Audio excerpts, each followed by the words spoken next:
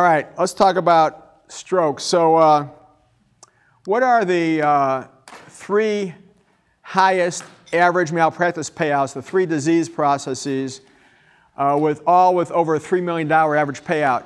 And one you can tell is stroke because I'm talking about stroke. All 3 are neuro, okay? So one of the big 3 is stroke, usually because we didn't give them TPA or something like that. Didn't offer them neurointervention. And the other 2 neuro entities, can you think about what they'd be for the biggest payouts? What? No. Yes, carotid equine is 2, and spinal epidural abscess is 3. Now we're not going to talk about the other 2 today, but neuro, and lawyers love neuro stuff because most of these people live, but they're debilitated. So they don't even bother with missed appies anymore or missed fractures because what good does that do? They pay more for experts. This is what they tell me. The only thing they go after now is wrongful death and neuro things. Anything that causes long-term morbidity that needs extra care. So stroke's a big deal. And the good news is that on the Mercy side, they're using the UH stroke people to do their strokes after hours. So we're all sort of one right now. And Kenny is everybody in orientation gets the clinical practice guideline for stroke, right? Right. So everybody who gets oriented, now some of these people aren't working with us, right? Right. So we need to get them the PowerPoint for or we need to get them the 16-page clinical practice guideline for stroke because it's all in 16 pages, all right? And I happen to love stroke just as an ER doc, and we'll talk about stroke for a little bit. So this isn't really important. We don't care about the microcirculation. 80% of strokes is ischemic, and 20% is hemorrhagic. And if it's ischemic, you got to sort of guess if it's thrombotic or embolic. If someone's got AFib, it's usually embolic. If someone's young, it's usually embolic. Everybody else is thrombotic. And one reason I love stroke is because you can be really smart at the bedside in 2 minutes without lab or x-ray and tell a concerned family and patient what's going on. So stroke is one of the last bastions of history and physical. And we'll talk about the stroke score in a minute, but that's why I love stroke, because you're really smart really quickly. And really when you look at hemorrhage, the only thing a CT does for you is to rule out hemorrhage or maybe a big tumor or mass. And the other thing about 80-20, you guys know about anterior circulation and posterior circulation? So for the mid-level students, you'll learn a little bit about that. But 80% of strokes are anterior circulations. Those are the people who present with hemiplegia, with contralateral 7th and homogeneous hemianopsias. The posterior circulation strokes really separate the good from the great, or the bad from the great. So people with posterior circulation stroke present, I always say the 5 Ds. So dizziness with something, disequilibrium, dysphagia, dysphonia. So we got, and problems walking. So disequilibrium. So people have dizziness plus problems speaking, swallowing, double vision, blurred vision, problems walking. And those can be very subtle patients. You know, we won't talk about the basilar arteries today, but you need to learn a little bit about posterior circulation. That's not the talk today. And again, it's all in the 16 pages. But really, ischemic or hemorrhagic and other things cause stroke besides atherosclerosis, like people with arteritis. So people, you know, lupus patients can get strokes. Hypercoagulable people, and most of the time they don't know they're hypercoagulable and get strokes. Sometimes dissection. In fact, you know, carotid dissection, posterior basilar dissection are usually in young, healthy people. And those are a little bit scary because you can miss those pretty easily. Because probably you need to get CT, CTAs of head and neck to diagnose it sometimes. So it can be a dissection also. So, you know, just say you see all the circulation here, you don't see it there. So when you look at the good side and the bad side, it looks different. And that was someone with a large occlusion. And again, everything's in your handouts, so that's why I'm going fast here. But we'll get to it. We'll get to the punchline a little bit. Hemorrhagic stroke, that's all this white stuff. So you need to either have in your pocket or be able to calculate an ICH score, intercerebral hemorrhage score. It's only 6 different factors. It's how big the hemorrhage is, how old the patient is, if the blood's in the ventricles, what their Glasgow score is, things like that. Because if they have a bleed, you can tell pretty quickly what their mortality is. So ICH score, keep that on your smartphone, but that's obviously bleed here, bleed there, blood in the ventricles there. So ICH volume mortality. So small bleed, less than 30 cc's, looks like that. Moderate bleed, 30 to 60, looks like that. And no one would have any problems knowing that's a large bleed. Right? That affects your prognosis. Hemorrhagic stroke, subarachnoid. So let's stop here for a second. So I just reviewed this for the house staff over at Case. There's something called the subarachnoid score, which no one uses because it lacks specificity. It was developed by Ian Steele and the people at Ottawa. But I'll tell you right now, we had a miss last year. There are 4 factors by history and physical which would lead you to suspect a subarachnoid hemorrhage. What do you think those 4 factors are? The first one is sudden severe headache, thunderclap headache. But really, the Ottawa people say headache that peaks within 1 hour. What are the other 3 that would make you think this person may have a subarachnoid? 2 are history, 1 are physical. Anybody? No. No. So the other 3 are headache during exertion would make you think of subarachnoid. All right? So sudden severe, headache and exertion. 3 is headache with syncope. And 4th is neck stiffness and tenderness because of chemical meningitis. So right now I'll tell you something very, very important with headaches. Headaches are easy. They're hard to screw up, I think. But every headache chart you see, every headache chart should have those 4 factors, saying I don't think this is a subarachnoid because it was gradual, because it wasn't during exertion, wasn't with syncope, no signs of chemical meningitis, and you will be clean because I'll tell you, the one thing we missed, everybody misses over the 35 years I've looked at this stuff for our group, is sentinel bleeds. Because a lot of people with subarachnoids come in with a small bleed. So they're not, if someone comes in headache with comatose, and your CT scan shows a lot of subarachnoid blood, you can't miss that. We've had some sentinel bleeds that people have missed because of that. So those 4 factors. All right? So subarachnoid is really important. And let's go back to sepsis for a second.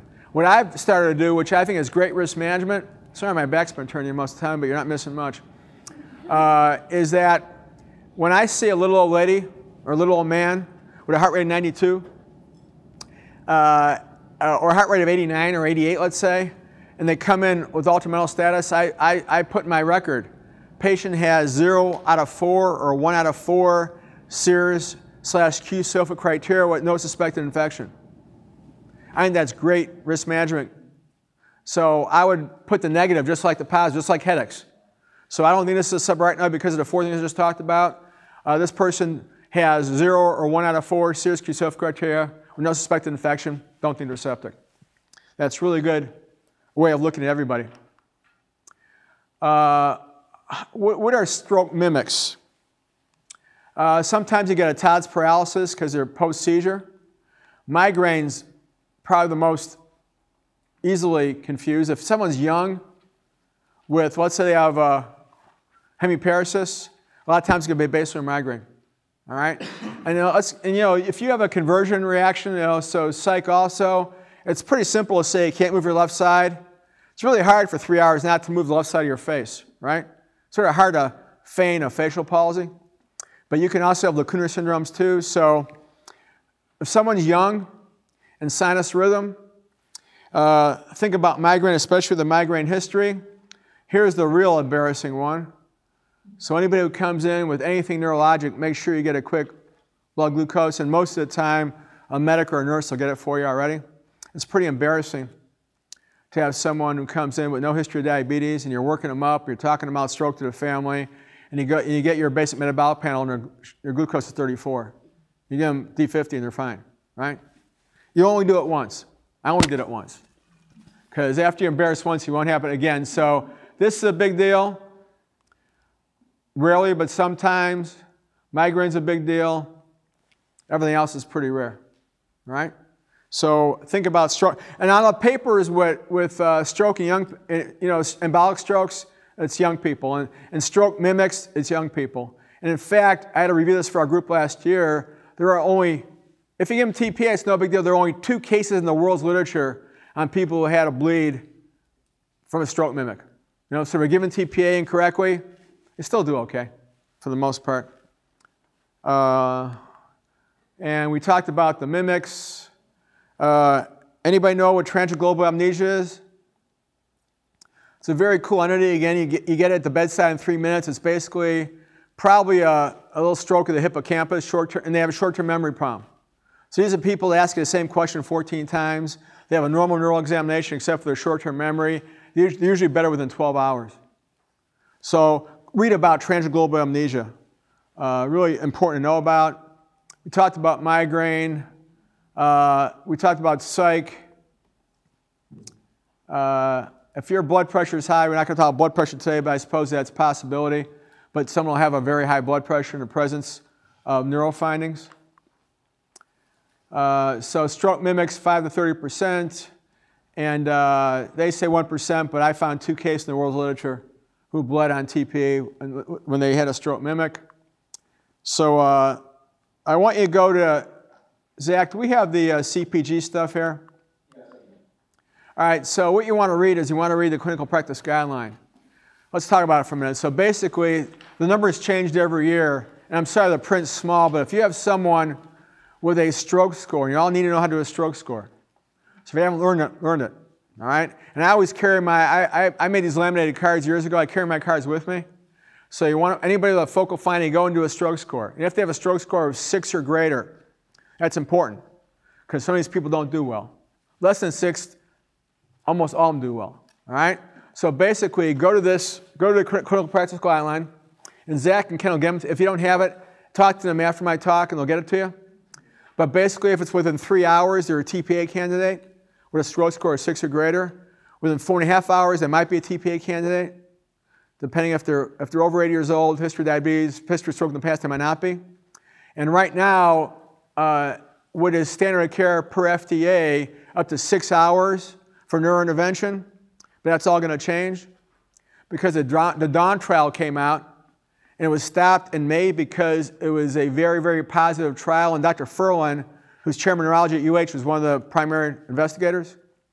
So what's happening now nationally is even if mom comes in and she's 8 hours out with a stroke score of 10 or greater, I just made that up, but a high number, she might be a candidate for neurointervention.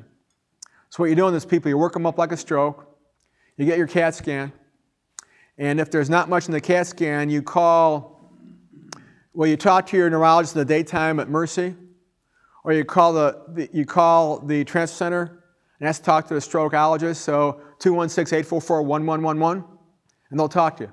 Because that person might be a candidate for MRI, MRA, head and neck for possible neurointervention. Because what the Dawn trial showed is a lot of people, some people got better even after 6, 8, 10, 12, 16 hours. And it's a devastating illness. We just talked about the payout being over $3 million. Well, if someone comes in, especially if they're younger old like me, so they're in their 60s, they have a stroke score at 12, I'm 10 hours out, don't say we can't do anything for you because you came in too late. All right, so know this slide. Go back to hypertension management. There's also slides on hypertension management, and it's all there so you can give these people, if they have a subarachnoid, you want to keep it less than 160, a head bleed, and parenchymal less than 160. If you're going to give them TPA, you got to get less than 180, so labetalol, even nitropase is approved. Nicardipine is a great drug. I just start these people on nicardipine infusion. And so know what hypertension management is, it's all there. How about the other big factor is coagulopathy. And I'll tell you right now, I'm sure your doctors are doing things incorrectly right now, and some of the doctors are doing things incorrectly if you're still using fresh frozen plasma. At least at UH, I got confirmation last week that every hospital pharmacy has Kcentra, which is 4-factor PCC, and I'm sure the Mercy sites have it also. And the key is that it's pretty simple to remember. If you have someone who's got a parenchymal bleed and they're on Coumadin, what do? And I'm just giving you the abbreviated version, but we basically give them 10 units of vitamin K IV and Kcentra, all right, which is I think 27910. 4-factor PCC. If they're on a 10A inhibitor, what are those? Xarelto and Eliquis. So if they're on a 10A inhibitor, they get Kcentra, because factor 10 is part of Kcentra. And if they're on Pradaxa, which is a thrombin inhibitor, they get Praxibine. All right? And nobody gets fresh frozen, unless you don't like them, because fresh frozen takes 24 to 40 hours to work. 4-factor PCC, Kcentra can work in 15 minutes. And there's some other stuff there about, based on the INR, how much to give. Your pharmacist will help you with that. All right? So it's really vitamin K for Coumadin-related bleeds, and Kcentra for everybody else, or unless they're on Pradaxa. There's very few people on Pradaxa. But there's something called Praxibine, which is a long generic name. I can't remember what it is. But you need to reverse these people rapidly. So if you see a person, let's say they're awake alert, but they have a stroke score of 4 because they have some arm and leg weakness, and you get a CT scan because you ordered the CT scan, they have a parenchymal bleed, get to your physician pretty quickly, okay? Because those people need to be reversed based on what their anticoagulant is. Any questions or comments on that by the physicians in the room? How long do you wait before you do possible dialysis if you're having issues reversing? You don't anymore, because this stuff works. Because you try to get someone to come in and insert a dialysis catheter. The good news is the duration of action on the 10A inhibitors and Praxibine is 13, 14 hours. So an important question to ask them is, when's the last time you took your Eliquis or Xarelto or Pradaxa? But now with Praxibine and Kcentra, by the time you get a nephrologist to come in and insert a dialysis catheter and get them dialyzed, it's already time's up. So when I've done it a few people, if they come in, let's say with a massive GI bleed, and they're on a 10A inhibitor, as I'm doing all this stuff, I'll give them O-negative blood and then type-specific blood. And in a few hours, it's all over, because duration of action is over. No one ever came in to put a dialysis catheter in a meaningful amount of time for anybody. Nephrologists don't come in emergently. I think it's part of their union deal. They won't do it. So if you can get it in, you're a better person than I am. So all important stuff as far as time, TPA versus neurointervention, hypertension management, and reversal coagulopathy. Those are the key variables in stroke management. So if I'm at Twinsburg where we don't have blood products, I don't think we have... I get them right to Hoosier. You still give the vitamin K at least? If they're on Coumadin. You can give the 10 units of vitamin K. If they're not on Coumadin, you don't have to give them any vitamin K. Exactly. I talk to ER guy, I'm getting right over to ER and tell them, get Kcentra ready to go. Any comments by anybody else in the room on this? It's all in the 16 pages clinical practice guideline. If you don't have it, Ken and Zach get it for you. Stroke scale, just learn it, okay? I got on my cards, there's stroke packets at every ER. You need to be able to do a stroke score as a mid-level or physician, all right? And below 6, you're in good shape. Above 6 or above, you're not. But even if you have a stroke score of 5 and a 45-year-old accountant who can't move his right arm and he's a righty, that's career ending, So I wouldn't blow that off either.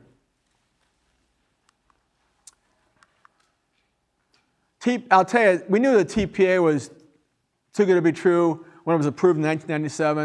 And it really is. It doesn't help most people, but what they use it for is to soften up clots now before they go for neurointervention. So the people I see that are a lot better after TPA are few and far in between. It's still standard of care, and most people don't bleed on it. So if they have no risk factors, you drip and ship. You talk to your neurologist, get the TPA started, and then send them. But when I see them at Cleveland Medical Center, most of the time they're no better. But at least they soften the clot up for something that really helps them, which is neurointervention. Yes, sir? First 15 minutes of a suspected stroke patient are crazy and hectic with everything supposed to be done on the timeline. Do you have any tips or suggestions or recommendations for getting that first stroke number, that scale in? Yeah. Yeah, it's a good question because the American Heart Association, you had that picture of elk and elk before, and that was a good-looking elk, by the way. Other guy even looks worse than that guy does, but they're really rich.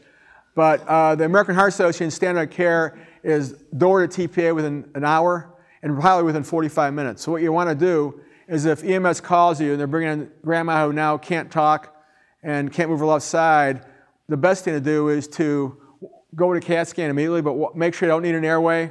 Walk with them. I get my stroke score as I'm talking to them and walking with them, as I'm getting my history. Get the CT first, because the rate limiting step is getting a quick CT interpretation. Then bring them back to the ER, finish your stroke score. By that time, you've got your CT back. And I'll tell you, as an ER doc, and even as a mid-level, after a while, you should get pretty good looking at head CTs. Our neurologists, our radiologists at UH are really good to call you quickly.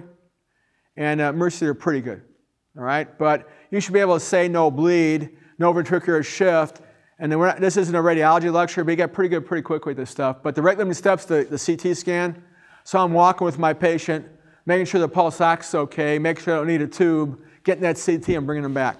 But your standard of care, if grandma doesn't do well, and they call the Elk brothers up, and it took an hour and 20 minutes to get the TPA in, you got an issue.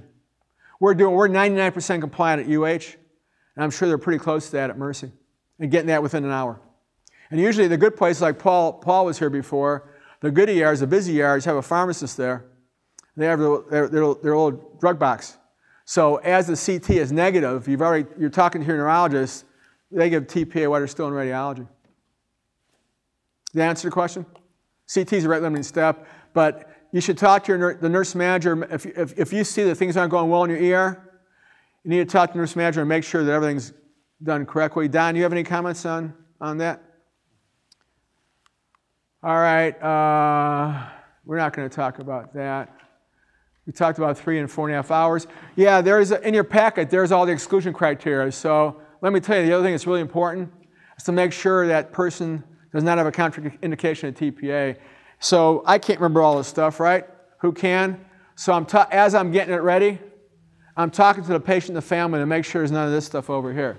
So I mean, I don't remember they can't have surgery within 3 months or GI bleed within 1 month and all this other stuff. So make sure when you go back to your ER that you have this exclusionary criteria somewhere that's really easy to find. So, you know, the print's small here, but stuff is not intuitive. So the last known well is pretty good. We know about the blood pressure. If they had a prior head bleed or neoplasm or AVM, they can't have it. History of recent intracranial or spinal surgery, I don't remember that. History of head trauma or prior stroke within 3 months. You wouldn't know that if grandpa fell, he might not be a candidate for it. So, you know, you can go through this whole list. Platelet count less than 100,000, they have to wait for that. Blood glucose less than 50, et cetera. So make sure you have the exclusionary criteria available. Oh, I'm going too slow here, sorry. So there's the stuff we talked about. We store the drug in 60 minutes. And we talked about endovascular therapy. We talked about the Dawn trial.